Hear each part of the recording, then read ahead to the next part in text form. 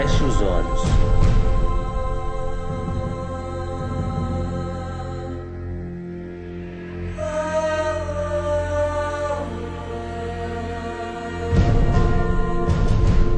Abra seu coração.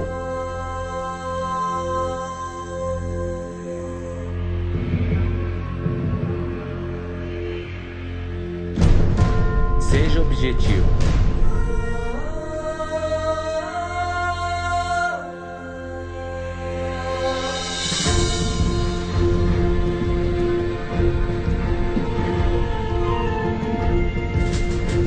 Acredite em Deus.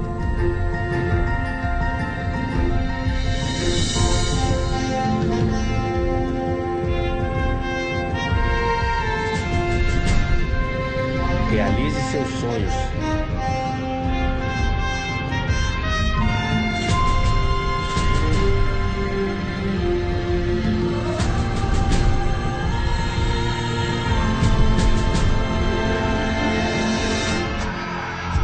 Meu nome é Ricardo Kaká. E este é o ritmo do meu jogo.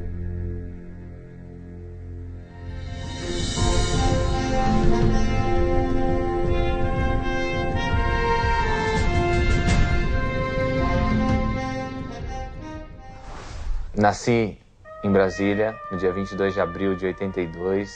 Eu fiquei até os 4 anos de idade em Brasília. Depois disso, nós nos mudamos para Cuiabá, que é uma outra cidade do Brasil, onde eu vivi dos 4 aos 7 anos.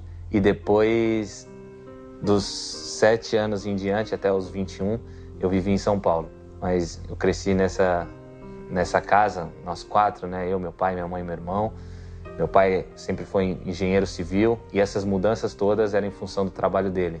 Graças a Deus, acho que diferente de muitos outros jogadores brasileiros que vêm de uma família mais humilde, vêm muitas vezes de favelas, eu tive a oportunidade de vir de uma família de classe média. Meu pai sempre trabalhou, estudou e lutou para dar uma boa condição de vida para mim, para o meu irmão, para minha mãe. Isso fez com que eu crescesse numa família de classe média. Então essa é um pouco a minha infância, as fases, né, as etapas da minha juventude, as cidades por onde eu passei e como eu cresci.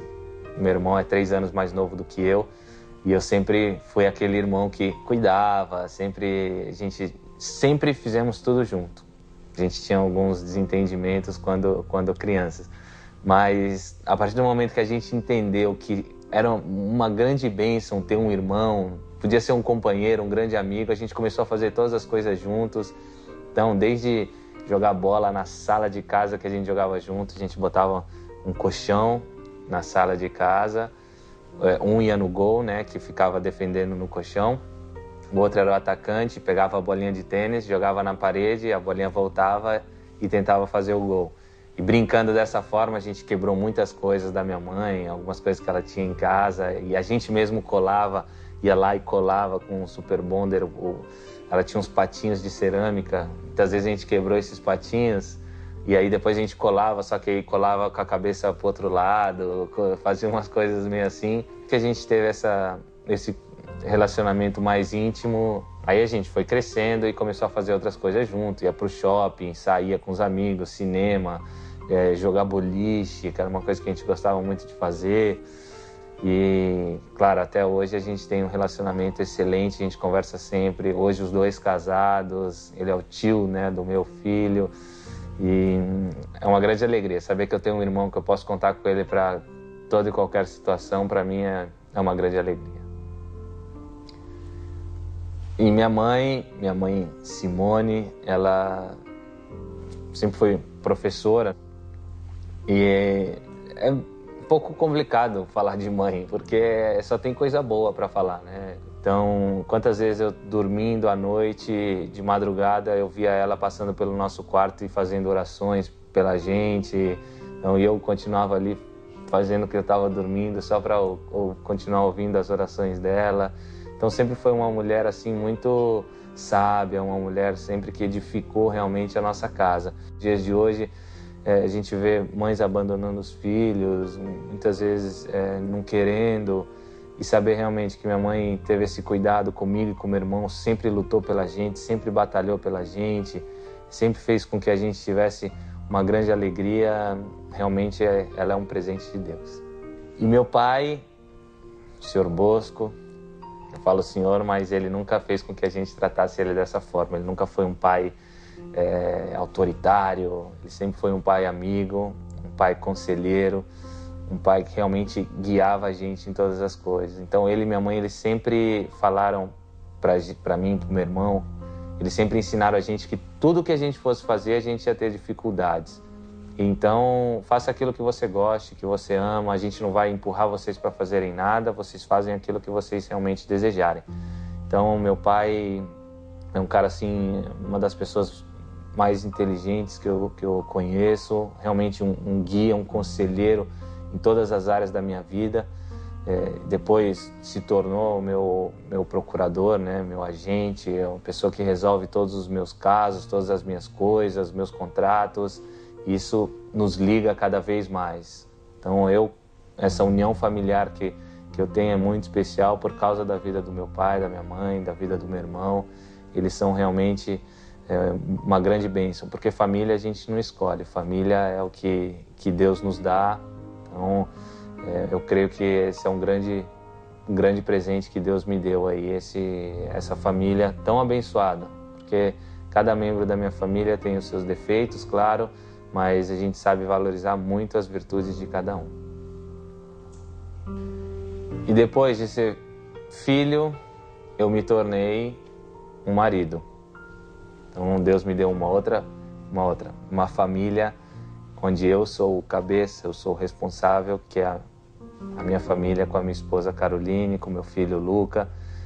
E conheci a Caroline da forma com que foi, uma grande bênção de Deus. Em 2005, em dezembro de 2005, nos casamos de uma maneira também muito especial, porque nós dois chegamos virgens até o casamento, e isso para nós foi uma grande bênção, porque hoje é muito difícil você conseguir fazer isso. Você muitas vezes é visto com um certo preconceito. Muitas vezes as pessoas olham pra gente e falam: nossa, coitadinho deles, chegaram virgens ao casamento, foram enganados. E não tem nada disso. A gente é muito consciente espiritualmente daquilo que representou pra gente, daquilo que continua representando e desse memorial que nós temos diante de Deus, que foi essa opção e escolha que nós fizemos. Ninguém impôs nada pra gente, isso foi uma escolha nossa de realmente respeitar esse valor espiritual que é a bênção do sexo depois do casamento.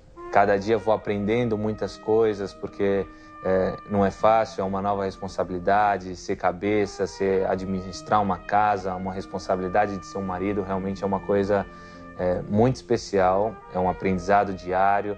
Temos os nossos problemas, as nossas crises no casamento, mas isso com o amor que Deus nos deu, a gente vai cada dia se moldando, cada dia esse amor nosso vai se aperfeiçoando e vai crescendo. Então o Luca é um presente de Deus, é uma grande bênção, é um fruto do nosso amor, de um grande testemunho também, porque a Caroline tinha uns problemas de engravidar, e no final a gente acabou conseguindo que ela conseguisse engravidar. Ela teve o Luca, e para nós é uma grande bênção. E hoje eu vivo a experiência de ser pai, de transmitir para o meu filho os valores espirituais, transmitir para os meus filhos os valores que a gente crê que são os valores bons, para que ele cresça num mundo hoje tão difícil, que ele possa conseguir lutar por aquilo que ele sonha, por aquilo que ele deseja na vida dele. Esse é o nosso grande objetivo como pais. Então, para mim é uma grande alegria hoje falar que eu sou pai de um filho maravilhoso, sou marido de uma esposa maravilhosa e faço parte de uma família abençoada. A verdadeira história através do meu apelido é que quando eu e o meu irmão, a gente era pequeno, ele não conseguia falar Ricardo, não conseguia falar meu nome, e ele me chamava só de Cacá. Ele só chamava de Cacá, Cacá, Cacá. E aí a gente foi crescendo e o apelido continuou e ficou Cacá, porque ele não conseguia falar Ricardo. Então, o nome Cacá hoje é fruto do meu querido irmão que não sabia falar meu nome quando a gente era criança. Bom, quando eu era criança, quando a gente era estava crescendo, a gente sempre passava férias em algum lugar de praia. E eu sempre gostei de prancha, de bodyboard, de prancha de surf, essas coisas. Afinal, não aprendi a surfar, mas gostava muito de bodyboard. E aí, eu e meu irmão, a gente sempre ia para a praia de manhã e ficava o dia inteiro na praia, pegando onda, brincando. E isso me trazia uma grande alegria. E eu ficava muito feliz de ver competições na televisão, de bodyboard, e ver essas coisas. Gostava das manobras que os surfistas faziam. E depois a gente ia para a praia e a gente ficava tentando. Claro, criança, e a gente muitas vezes não conseguia, tomava uns caldos, mas era uma grande diversão, são momentos marcantes da minha vida. Até depois que eu escolhi ir para outra profissão, para outro lado, que foi o futebol. Minha primeira lembrança que eu tenho de futebol foi quando eu tinha 7 anos e morava em Cuiabá ainda. Minha mãe me levou até uma universidade e eu entrei para jogar com crianças muito maiores do que eu naquela época e acabei me destacando no meio deles. E o professor ficou entusiasmado, mas depois disso deu uma parada. Foi o único jogo, a única lembrança que eu tenho. E depois voltei a jogar futebol quando nós mudamos para São Paulo. Durante as aulas de educação física no colégio, eu comecei a jogar futebol e o professor viu que eu me destacava entre os alunos. Aí ele chamou a minha mãe e falou: olha, eu aconselho a senhora a colocar o teu filho numa escolinha de futebol porque ele tem um talento diferenciado. Minha mãe aceitou o conselho do professor, me matriculou numa escolinha de futebol perto da minha casa